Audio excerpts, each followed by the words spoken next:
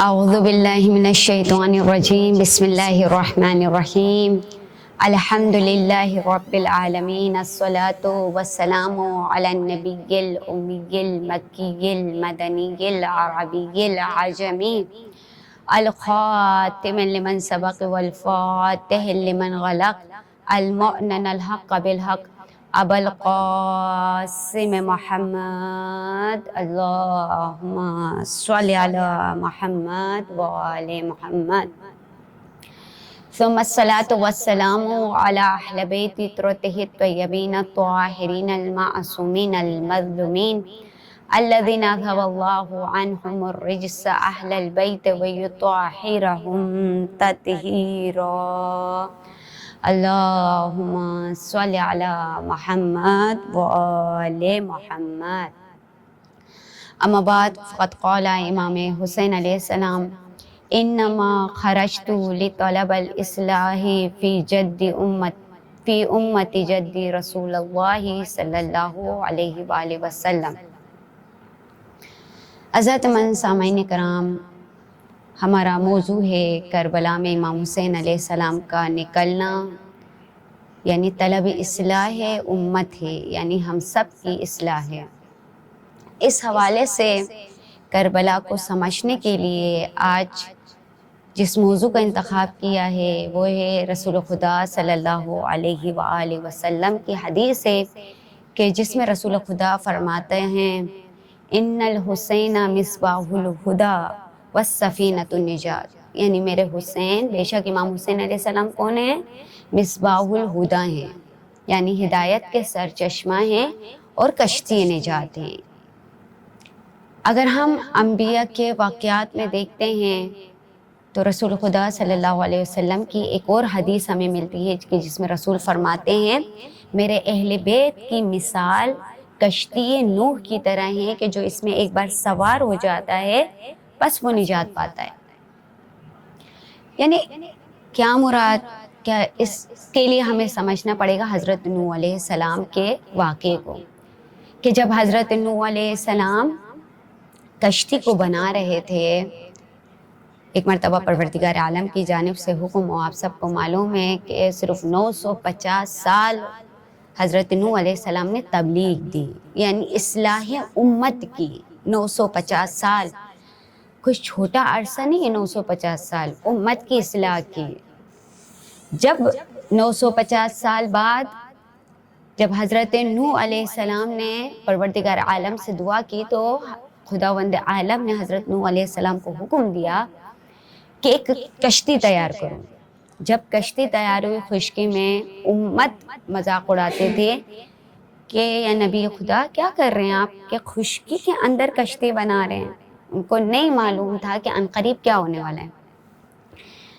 خداوند عالم کی جانب سے قوم نوح پر عذاب نازل ہوا، بارش ہوئی، اس قدر بارش ہوئی، طوفان آیا کہ وہ پورا علاقہ پانی میں ڈوب گیا. بس جو لوگ کشتی نوح میں سوار ہوتے گئے وہ کامیاب ہوئے، وہ نجات پا گئے، چاہے وہ جانور تھے، چاہے وہ پرندے تھے، یا چاہے وہ چند افراد تھے جو اس کشتی میں سوار ہوئے. لیکن سوار نہیں ہوا تو وہ شخص، یعنی حضرت نوح علیہ السلام کا بیٹا سوار نہیں ہوا، بلکہ کہا کہ اپنے بابا سے کہ میں کوہ جودی پر جا کر اپنے آپ کو بچا لوں گا. عزت مند، اس حدیث کو، اس واقعہ کو بیان کرنے کا مقصد میرا اور آپ کا آج کے زمانے میں کربلا سے جو ہمیں لینا ہے وہ کیا ہے؟ حسینیت اور یزیدیت. ایک کانسیپٹ، آئیڈیولوجی لینا ہے. یہ جو ہمارا کانسیپٹ ہے حسینیت اور یزیدیت، اس کے لیے، اس کو سمجھنے کے لیے جو پہلی چیز ہمیں سمجھنی ہے وہ یہ ہے کہ ہم آیا محب امام حسین علیہ السلام ہیں یا شیعہ امام حسین علیہ السلام ہیں. ہمیں اس چیز پر غور و فکر کرنا ہے، مد نظر رکھنا ہے. ایک شخص آتا ہے امام کے پاس اور امام سے کہتا ہے کہ مولا میں آپ کی زیارت کے لیے آیا ہوں، میں آپ کا محب ہوں، میں آپ سے بہت محبت کرتا ہوں. امام نے کہا کہ بے شک آپ ہمارے محبت کرنے والے، ہم سے محبت کرتے ہیں، ہمارے پاس آئے ہیں، ہماری زیارت کی ہے، لیکن تم ہمارے شیعہ نہیں ہو. اب یہاں پر یہ سمجھنا ہے محب اور شیعہ یعنی کیا؟ کہا کہ محب یعنی محبت کرنے والا، چاہے وہ دور رہتا ہو قریب رہتا ہو، محبت کرنے والا۔ اور شیعہ کا مطلب کیا ہے؟ پیروکار، یعنی پیچھے پیچھے چلنے والا، ساتھ ساتھ چلنے والا۔ حضرت نوح علیہ السلام کے بیٹے کو اپنے باپ سے باپ کی نسبت محبت تھی، لیکن وہ شیعہ نہیں بن پایا، ساتھ نہیں چل پایا، نبوت کا شیعہ نہیں بن سکا۔ عزت مند، یعنی ہم بھی کیا ہے کہ ہم کیا آیا محب ہیں یا شیعہ ہیں، اس کو سمجھنے کی ضرورت ہے۔ اور اس کو جب ہم سمجھیں گے تو ہم آئیڈیالوجی آف حسینیت اور یزیدیت کو خود بخود سمجھ پائیں گے۔ درود پڑھیں محمد و آل محمد پر، اللہم صلی علی محمد و آل محمد۔ عزت مند، محب یعنی محبت کرنے والے۔ امام کے پاس شخص آتا ہے، کہاں کہ میں آپ کا محب ہوں، کہاں کہ تم میرے محب نہیں ہو، محب ہو شیعہ نہیں ہو، کہاں کہ تم ہمارے محب ہو شیعہ نہیں ہو۔ یعنی شیعہ کا مطلب کیا ہوتا ہے؟ بالکل ساتھ ساتھ چلنے والا، پیروکار، یعنی قدم بقدم چلنے والا۔ ہم شیعہ خود کو شیعان علی کہتے ہیں، یعنی علی کے ساتھ ساتھ چلنے والے۔ ہمیں آیا دیکھنا ہے کہ واقعاً ہم شیعہ کی کیٹیگری میں اتر رہے ہیں یا نہیں اتر رہے ہیں۔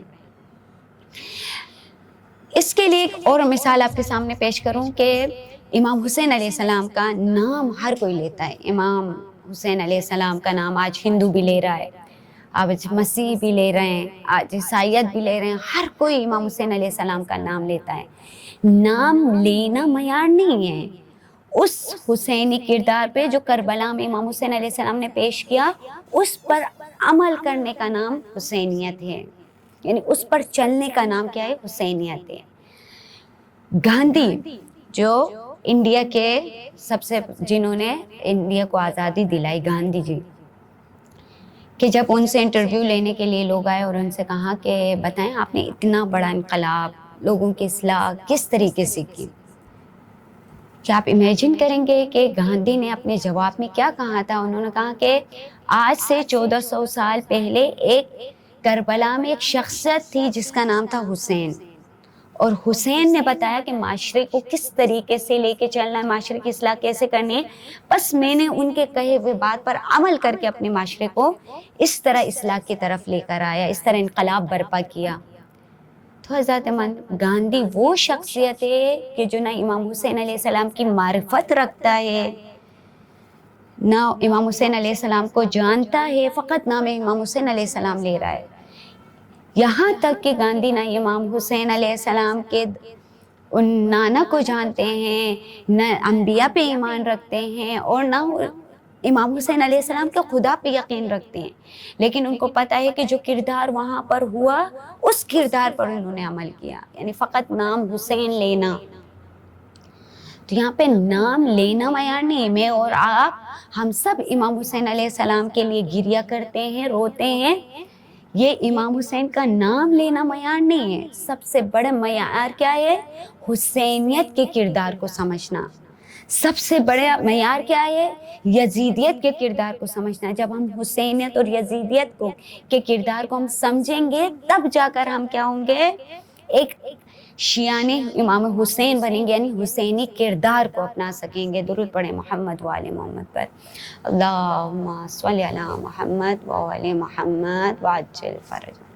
عزت مند، حسینی کردار کو سمجھنا، معرفت امام حسین علیہ السلام کو سمجھنا اتنا آسان نہیں ہے۔ معرفت رکھنا، میں اور آپ اگر آج ہم کہتے ہیں ہم امام حسین علیہ السلام کو مانتے ہیں، حسینی کردار کو مانتے ہیں، تو ہمیں ان کی معرفت رکھنی ہے، ان کو پہچاننا ہے، ان کو جاننا ہے، ان کی قربانیوں کو سمجھنا ہے، کیوں انہوں نے اتنی بڑی قربانیاں دی، کیوں امام حسین علیہ السلام مدینے سے مکہ، مکہ سے پھر کوفے کی جانب آ رہے، کوفے سے پھر کربلا کی طرف آئے، کربلا پر آ کر اپنا سب کچھ قربان کر دیا ہے، اپنی بہنوں کی چادریں لٹا دی ہیں، کیوں؟ حسینی بننے کے لیے ہمیں اس تمام کردار پر ہمیں آج کے زمانے میں عمل کرنا ضروری ہے، اور اس کے لیے سب سے پہلا قدم، پہلا اقدام ہمیں کیا کرنا ہے؟ حسینیت ارث میں ملتا ہے، میراث میں ملتا ہے۔ یعنی کیا؟ امام حسین علیہ السلام حسینی کردار ادا کر رہے ہیں، وہ ارث، وہ میراث کو پورا کر رہے ہیں کہ جو انبیاء علیہ السلام کی میراث ہے۔ انبیاء علیہ السلام کی میراث یعنی کیا ہے؟ کہاں ظلم کے خلاف آواز اٹھانا، معاشرے کی اصلاح کرنا، یعنی انبیاء علیہ السلام کی میراث کیا ہے؟ کہاں کہ جہاں پر ظلم ہو رہا ہو ظالم کے خلاف ڈٹ کر کھڑے ہو جانا، لوگوں کو اچھائی کی طرف بلانا، برائی سے روکنا، یہ ہے میراث انبیاء علیہ السلام۔ جو میراث انبیاء خدا کی طرف سے لے کر آئے زمین پر، اس میراث کو امام حسین علیہ السلام کربلا میں لے جا کے حسینیت کے کردار میں ڈھل کر نبھا رہے ہیں۔ اور وہیں پر اگر ہم یزیدیت کو دیکھیں تو یزید کون ہے؟ کہاں یزید وہ ہے، یزید وہ میراث پا رہا ہے جو ظلم کی میراث ہے، وہ کہ جو معاشرے میں بربریت کو پھیلا رہا ہے، وہ جو معاشرے کی بگاڑ کا سبب بن رہا ہے، یہ لے رہا ہے شیطانیت یعنی یزیدیت کی جو میراث ہے وہ لے رہے ہیں۔ بس ہمیں اس بات کو سمجھنا ہے کہ ہمارا کردار حسینی کردار کی طرف جا رہا ہے یا نہیں جا رہا ہے، یعنی میں اور آپ آج ظلم کے خلاف آواز اٹھا رہے ہیں یا نہیں اٹھا رہے ہیں، یا ہم ظلم کا ساتھ دے رہے ہیں یا ظلم کے خلاف آواز اٹھا رہے ہیں، یا ہم کیا آیا کربلا کے اس کردار کو، اس معرفت کو سمجھ پا رہے ہیں کہ جو اس وقت ننھے چھوٹے چھوٹے بچے امام حسین کے حسینی کردار کی معرفت کو رکھتے ہوئے، یعنی وہاں کا بچہ یہ نہیں کہہ رہا ہے کہ امام حسین علیہ السلام میرے ماموں ہیں تو میں اپنے ماموں پر جان قربان کر رہا ہوں، بلکہ وہاں کا بچہ اپنے ماموں سے بڑھ کر پہلے وہ ولایت کو، وہ امامت کو، اپنے وقت کے امام کے اوپر اپنے آپ کو فدا کرنے کے لیے تیار ہیں۔ کیا میں اور آپ، ہمارا کردار آج کے ہمارے وقت کے امام کے لیے اتنی معرفت ہے کہ میں وقت کے امام زمانہ کی معرفت رکھتے ہوئے اپنے آپ کو اس راہ میں ڈلنے کی کوشش کر رہی ہوں یا کر رہا ہوں، یا اپنے بچوں کو ڈھانے کی کوشش کر رہی ہیں یا نہیں کر رہے ہیں؟ یہ ہمیں بتاتا ہے حسینی کردار۔ اور کربلا کے اندر جو امام حسین علیہ السلام کی معرفت بحیثیت ولایت، بحیثیت امامت بچے سمجھ پا رہے ہیں، اور مائیں اپنے بچوں کو بتلا رہے ہیں۔ آج دو ایسے ننھے بچوں کا ذکر کرنا ہے کہ جو زینب کے فرزند ہیں۔ ماں شب عاشور اپنے بچوں کو کیا کہہ رہی ہے؟ اے اون محمد، اگر صبح آپ میرے بھائی پر قربان نہیں ہوئے، میں آپ کو اپنا دودھ نہیں بخشوں گی۔ یعنی اگر کل نہر فرات پر گئے، ماں کو اتنا یقین ہے اپنی تربیت پر، ماں اپنے بچے کو حسینی ماں نے بنایا ہے، تربیت پر اتنا یقین ہے کہ ماں کیا کہتی ہوئی نظر آ رہی ہے؟ سیدہ اے اون محمد، آپ نہر فرات کے قریب جائیں گے، نہر فرات پر پانی پائیں گے، لیکن خبردار یاد رکھنا کہ اگر پانی کو سامنے پاؤ تو یاد رکھنا کہ خیموں میں سکینہ اور علی اصغر پیاسے ہیں۔ کون ہے اون محمد؟